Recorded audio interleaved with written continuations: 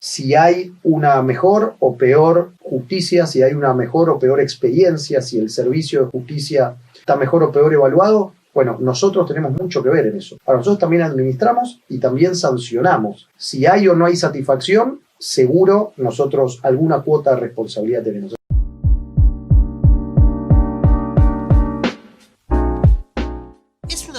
Destacado, graduado con honores de la Universidad Católica Argentina y actualmente preside el Consejo de la Magistratura de la Ciudad de Buenos Aires. Tuvo 2 mandatos como legislador y ocupó roles claves en el gobierno porteño. Fue secretario general nacional del PRO y presidente de la Asamblea de Representantes del Club Atlético Boca Juniors. Pero, ¿cómo inició su carrera? ¿Qué rumbo piensa que debería tomar el país? Hoy entrevistamos a Francisco Quintana. Bienvenido, Francisco Quintana, ¿cómo estás? Bien, muy bien, muchas gracias por la invitación, contento de estar aquí. Un lujo, gracias por venir. Y nosotros rompemos el hielo así fácil, y es, ¿qué es la justicia para vos? Bueno, la justicia es garantizarle a los vecinos sus derechos. Por eso la justicia es tan importante para vivir en sociedad, para la convivencia, y por eso en definitiva la justicia tiene mucho que ver con nuestro metro cuadrado, aunque a veces uno lo sienta más lejano, sienta que no tiene tanto que ver con mi día a día, con mi vida cotidiana. Vivir en una república, vivir en un país donde se respete la justicia, donde haya independencia de poderes, en el fondo me cambia y nos cambia un montón. En definitiva, vuelvo al principio de la respuesta, creo que justicia es respetar los derechos del otro, es que haya alguien que nos garantice esa convivencia. ¿Y por qué decidiste estudiar Derecho? Bueno, en realidad decidí estudiar Derecho para ser siempre sincero por mandato familiar.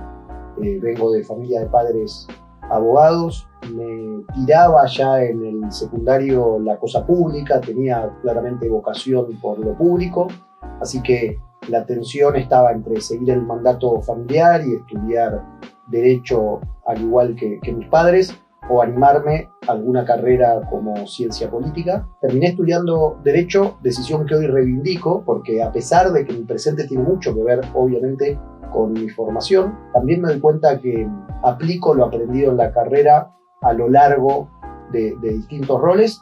Muchos de ellos no tenían que ver en lo formal con la justicia, y sin embargo lo que aprendí en la facultad me sirvió para esas responsabilidades. Así que me parece que en ese sentido es una carrera muy complementaria y muy amplia también. Estoy muy contento de haberla elegido en su momento. ¿Y cómo te acercaste al PRO? Yo estudié Derecho en la UCA, en la Universidad Católica Argentina. Fui durante los 2 últimos años de la carrera presidente del Centro de Estudiantes. Yo empecé a estudiar en el 2001, terminé la carrera en el 2005 y en el 2003, en un contexto de elecciones, tanto nacionales como locales. Organizamos desde el Centro de Estudiantes un ciclo de charlas con los candidatos tanto a presidente como a jefe de gobierno, y ahí tuve la posibilidad de conocer a Mauricio Macri y de decidir involucrarme durante varios años de manera voluntaria. Yo, además de estudiar, trabajaba en un estudio jurídico en Puerto Madero. En paralelo, en el escaso tiempo libre que esos estudios en general a uno le dejan, sobre todo cuando arrancás, cuando sos pasante, cuando estás recién dando los primeros pasos en la actividad privada, bueno, en ese poquito tiempo libre me dedicaba a militar, a colaborar, a hacer algún aporte durante 4 años, del 2003 al 2007, y en el 2007, cuando Mauricio Macri gana la jefatura de gobierno, ahí sí tomo la decisión de dejar el sector privado y dedicarme de lleno a la actividad pública. Fuiste uno de los legisladores porteños más jóvenes. Sí, asumí mi primer mandato en el 2011, efectivamente en esa composición de la legislatura fui el legislador más joven de toda la legislatura, no solo del espacio al que pertenecía y al que representaba la legislatura. Tenía 28 años. Fui 2 años legislador sin ningún rol en particular dentro de la legislatura, más que integrar algunas comisiones, entre ellas la de justicia y la de asuntos constitucionales. Después fui 2 años presidente de la Comisión de Justicia. Después tuve la oportunidad de reelegir encabezando la lista. Fui electo en el 2011 ocupando el lugar número 13 de la lista y reelecto 4 años después encabezando la boleta. Y en ese segundo mandato fui 2 años presidente del bloque del oficialismo y del interbloque Vamos Juntos, y mis últimos 2 años fui el vicepresidente primero de la legislatura, es decir, estuve a cargo de la legislatura, no solo en lo parlamentario, sino también en lo institucional, es decir, administrando el poder legislativo. Así que es un paso, mi experiencia con el poder legislativo, del que tengo un gratísimo recuerdo. ¿Y qué significa ser hoy para vos el presidente del Consejo de la Magistratura de la ciudad? Bueno, ante todo una enorme responsabilidad, por esto que hablábamos al principio, por la relevancia que tiene la justicia en la vida cotidiana, en este caso de los vecinos de la ciudad de Buenos Aires. Y más si a eso le agregás que el Consejo de la Magistratura de la ciudad de Buenos Aires, a la hora de sus competencias, de sus responsabilidades, se parece poco al resto de los consejos de la magistratura provinciales y más bien mucho al Consejo de la Magistratura Nacional. Lo que quiero decir es, nuestro consejo no tiene solamente facultades de selección, como ocurre en el 100% de los consejos de la magistratura provinciales, sino que además tiene facultades de administración y de disciplina. Es decir, nosotros tenemos la responsabilidad no solo de seleccionar a los mejores, a los más idóneos para ejercer el servicio de justicia, sino también administrar todo el poder judicial, y eso tiene que ver con el pagar sueldos, con que se cuente con el equipamiento necesario, con la infraestructura, los inmuebles, y también con facultades de disciplina, es decir, con sancionar a empleados, a funcionarios y a los propios magistrados. Entonces, cuando vos analizás qué funciones tenemos, te das cuenta que si hay una mejor o peor justicia, si hay una mejor o peor experiencia, si el servicio de justicia está mejor o peor evaluado, bueno, nosotros tenemos mucho que ver en eso, porque si nos comparás con cualquier otra jurisdicción de la Argentina, los consejos de la magistratura exclusivamente seleccionan. Ahora, nosotros también administramos y también sancionamos. Entonces, si hay o no hay satisfacción, seguro nosotros alguna cuota de responsabilidad tenemos. Así que para mí es un enorme honor, además de ser una responsabilidad, y es una tarea que ejerzo con muchísimo placer, además, desde la condición de porteño y desde el orgullo que me genera todo lo que hoy el Poder Judicial de la ciudad hace. ¿Qué medidas se están tomando para garantizar la transparencia en la selección de jueces, en las sanciones, en toda la función? Primero, reivindicar el proceso de selección en la ciudad de Buenos Aires, y esa reivindicación es todavía más nítida, más notoria cuando vos comparás el proceso de selección en la ciudad con el proceso de selección en cualquier otra jurisdicción. En la ciudad de Buenos Aires, para empezar, y lo digo valorando el proceso, la incidencia del poder político es sumamente baja. Para empezar, porque a diferencia de lo que pasa en otras provincias, el Poder Ejecutivo no tiene participación alguna en todo el proceso, no hay etapa del proceso en la cual participe directa o indirectamente el Poder Ejecutivo, y la participación del Poder Legislativo, en definitiva los dos poderes políticos por excelencia, es muy acotada, es muy limitada. En la ciudad de Buenos Aires, el Poder Legislativo lo único que puede hacer es aprobar o rechazar un pliego que es enviado por el Consejo de la Magistratura. Ahora, todo el proceso punta a punta, desde que se abre un concurso hasta que se define el orden de mérito, íntegramente sucede dentro del Consejo de la Magistratura, en el marco de la Comisión de Selección, comisión que está integrada por 3 miembros, un representante de los magistrados, un representante de los abogados y un representante de la legislatura, con lo cual, aún asumiendo que la legislatura es un ámbito político, y efectivamente lo es, estamos hablando de 1/3 del total de la representación. En definitiva, lo que quiero decir es que siento que es un modelo virtuoso el de la ciudad de Buenos Aires, comparativamente, porque a la hora de seleccionar jueces, la política se involucra poco y de manera muy acotada, muy limitada. ¿Cómo haces cuando te llega una denuncia a un juez? ¿Cómo lo manejan? ¿Qué sistema se pone en acción, digamos? ¿Cómo es? Bueno, así como yo te contaba que una de las comisiones permanentes que elevan sus dictámenes al plenario es precisamente la comisión de selección, otra de esas comisiones es la comisión de disciplina, que también está integrada, al igual que el resto de las comisiones, por un representante de cada estamento, un juez, un abogado y un representante de la legislatura. Cualquier denuncia, no solo a magistrados, sino también a funcionarios o a empleados, automáticamente se remite a la comisión de disciplina para que la comisión evalúe si están los elementos o no para abrir un caso, y si así lo concluye, se inicia un proceso en donde obviamente se le da vista al denunciado para que tenga la posibilidad de expresarse y ejercer el derecho de defensa, Ese procedimiento, en el marco de la comisión de disciplina, después se eleva al plenario con una recomendación. Esa recomendación puede ser desde, en un extremo, el archivo de las actuaciones, hasta, en otro extremo, alguna sanción efectiva, desde apercibimiento, suspensión, una sanción económica o la apertura de un proceso de juicio político en el caso de los magistrados. ¿Qué hacen en cuanto a la modernización de justicia en la ciudad?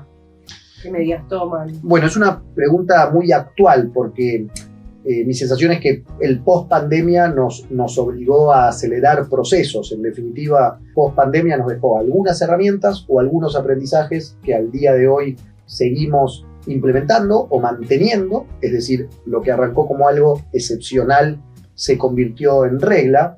Por ejemplo, las modalidades mixtas o híbridas. Hoy en día los plenarios, y casualmente los próximos días vamos a tener el plenario que corresponde a este mes, los plenarios desde la pandemia se hacen de manera híbrida y en el próximo plenario de los 9 consejeros, por ejemplo, una de las consejeras que no se encuentra en el país va a participar de manera virtual, es decir, es una herramienta que permite que lo que antes implicaba una ausencia a través de una licencia, ahora se puede reemplazar bajo una modalidad virtual. Así que en materia de transparencia o de modernización, por un lado nosotros estamos avanzando en un proceso ya en su etapa final de despapelización, de digitalización del 100% de las causas, y cuando digo el 100% de las causas es que nosotros vamos camino a que punta a punta el 100% de una causa pueda tramitarse de manera virtual. Eso implica desde la implementación de una mesa de entradas virtual hasta obviamente la firma electrónica para que todos los actos procesales puedan suceder de manera virtual. Tenemos también un portal del litigante, que es una suerte de mesa de ayuda pensada obviamente en el profesional que ejerce en el ámbito de la ciudad de Buenos Aires.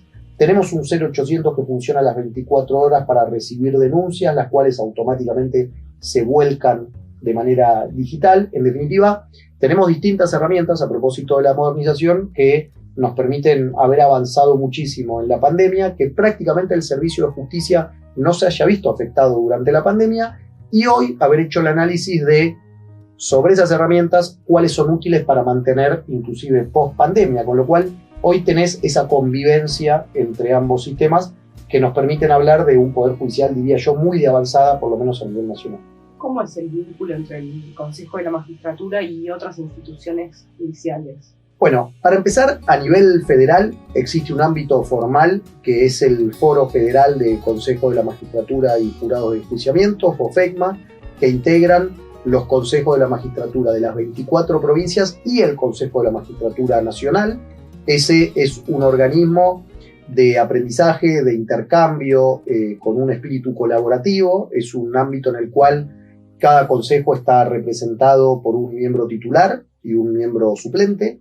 En el caso de nuestro consejo, la doctora Genoveva Ferrero, que representa el estamento de los abogados, y el doctor Alberto Biglieri, que representa el estamento de la legislatura, son los representantes titulares de un organismo que cada 2 años elige a sus autoridades.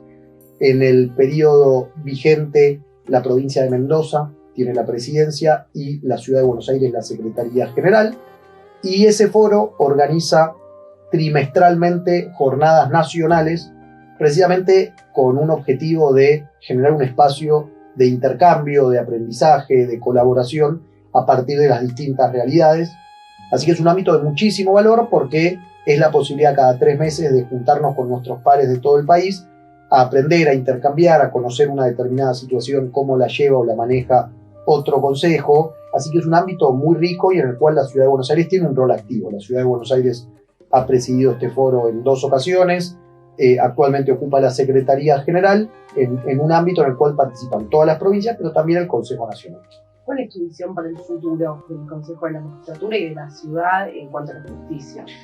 Bueno, para empezar, ojalá el Consejo de la Magistratura, a partir de la próxima gestión, y me refiero a partir del 10 de diciembre, tenga la responsabilidad de administrar un poder judicial que empiece a recibir las transferencias aún pendientes.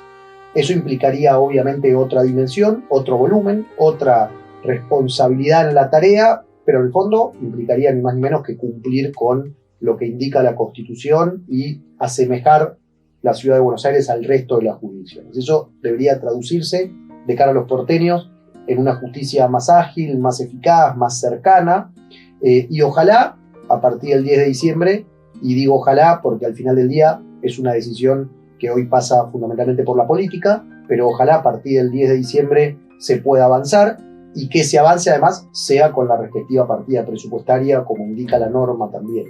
Pero de cara al futuro, de cara a la visión de justicia y de cara a cómo imagino el Consejo de la Magistratura, ojalá sea un Consejo de la Magistratura al que le toque administrar esas competencias que progresivamente se vayan recibiendo. ¿Crees que es posible terminar de transferir las competencias? Sí, yo estoy seguro que sí, porque no solo me quedo en el deber ser, no solo mi respuesta es afirmativa porque es lo que corresponde, sino que también es afirmativa porque hay experiencias recientes en ese sentido. Tal vez no con tanta nitidez en materia de justicia, si bien en el periodo 2015-2019 se ha avanzado en algunas competencias en materia de justicia, para hablar de un delito en particular, lo que es, por ejemplo, el narcomenudeo en el ámbito de la Ciudad de Buenos Aires.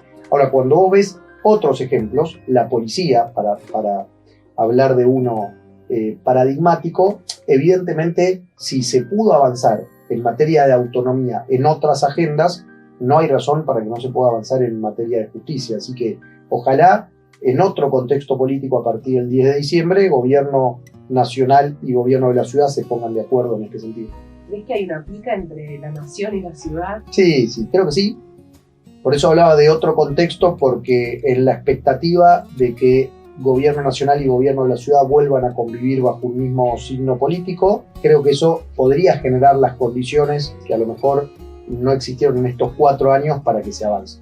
Creo que si no, efectivamente, lo que lamentablemente puede volver a pasar es que se ponga la política por delante y en consecuencia volvamos a tener otros 4 años, otro mandato perdido, digamos.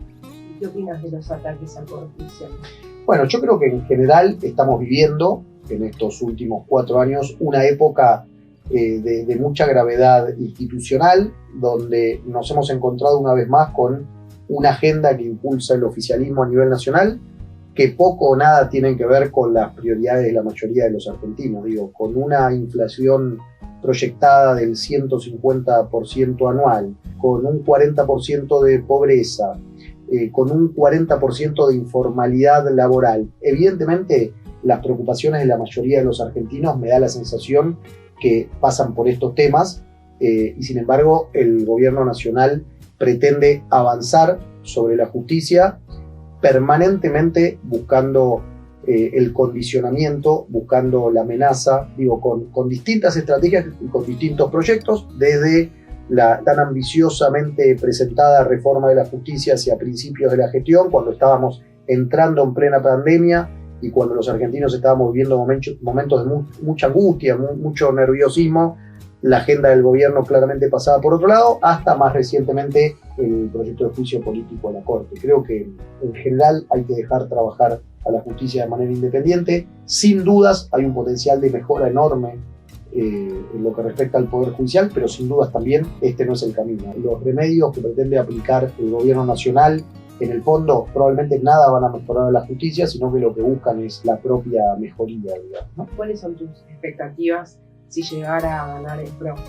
Bueno, para empezar, mi primera expectativa pasa por lo electoral. En general da la sensación de que estamos en un contexto de cambio, de que hay una mayoría de la ciudadanía que va a apostar por un proyecto, independientemente de los nombres propios, por un proyecto distinto a partir del 10 de diciembre. Nos vamos a encontrar seguramente con un gobierno mucho más respetuoso de la institucionalidad, de la división de poderes, poder seguir avanzando en mucho de lo que se vino trabajando en los últimos años, me refiero del 2015 al 2019 en materia de justicia a nivel nacional. Algunas cosas que se implementaron a modo de prueba piloto, por ejemplo, la implementación del sistema acusatorio en el norte, en Salta, en Jujuy, que evidentemente estaba contemplado en su momento para que después se escale a nivel nacional. Bueno, es uno de los tantos ejemplos de proyectos virtuosos pero inconclusos que ojalá se puedan retomar a partir del 10 de diciembre.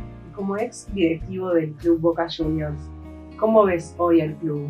Bueno, con mucha preocupación, con esta sensación permanente como hincha y como directivo de que el club hoy no está en buenas manos, y en ese sentido elijo involucrarme, elijo comprometerme, acompañando la candidatura de Andrés Ibarra a presidente desde la convicción que es la persona indicada para recuperar el club, no solo por su compromiso afectivo con el club, sino también por su experiencia de gestión. Ha sido el gerente general de la época más gloriosa de nuestro club, ha sido el gerente general de la gestión de Mauricio Macri, así que lo estoy acompañando activamente con el objetivo en las elecciones de diciembre de este año de que los socios nos vuelvan a dar una oportunidad para poner al club de pie, un club que estaba acostumbrado a ser referencia a nivel mundial y un club que hoy se ha convertido en un club cada vez más cerrado, en un club que en el fondo pone a los intereses de los nombres propios de quienes eran ídolos adentro de una cancha, pero no les da eso cheque en blanco para conducir el club como quieran, por encima de los intereses del conjunto, de esos cientos de miles de socios e hinchas de Boca a lo largo y a lo ancho del país. Creo que hay que recuperar un Boca de excelencia, creo que hay que recuperar un modelo de gestión, creo que hay que recuperar ese Boca que se destacaba en todos los mercados de pases, negociando de igual a igual con los principales clubes de Europa. Bueno, todo lo que se construyó durante más de 25 años, desde que Mauricio Macri fue electo a mediados del 95 hasta fines del 19, y se perdió, se retrocedió a lo largo de estos 4 años. Si pudieras elegir vos un ministro de Justicia, ¿quién crees que debería ocupar ese cargo? Bueno, creo que Juntos por el Cambio tiene excelentes nombres para trabajar en el área de justicia. Digo trabajar en el área de justicia porque la responsabilidad no se debería agotar solo en el rol del ministro. En términos de equipo, hay roles muy relevantes como el del propio secretario de Justicia, el representante del Ejecutivo en el Consejo de la Magistratura, el Procurador General. Cuando vos hablás de tu concepción de justicia como Estado, evidentemente no se puede agotar solo en el nombre propio de quien conduzca el ministerio, sino en todo caso en un equipo de 4, 5, 6 roles. Lo hemos visto en la anterior gestión. Hay nombres muy valiosos como el del propio ministro Germán Garabano. También hay nombres muy interesantes en los partidos políticos aliados, como puede ser el nombre de Ricardo Gilavedra, hoy presidente del Colegio Público de Abogados de la Ciudad de Buenos Aires. Si mirás los ámbitos parlamentarios, hay muy buenos legisladores que también podrían hacer su aporte desde un rol más ejecutivo, como es el caso de Mario Negri, simplemente para detenerme en un ejemplo de algún dirigente de los partidos aliados. La coalición cívica también tiene nombres muy valiosos, como el caso de Paulo Oliveto, con quien me tocó trabajar la agenda de justicia en el ámbito de la Ciudad de Buenos Aires. Siento que también a partir del trabajo que vienen haciendo las 4 fundaciones, en el caso del PRO, la Fundación Pensar, en tratar de armonizar un plan, una propuesta y un equipo en común, sea quien gane las PASO del 13 de agosto, bueno, siento que después habrá que definir las personas que van a llevar adelante ese plan en común entre el PRO, la Unión Cívica Radical, la Coalición Cívica y el espacio del peronismo republicano.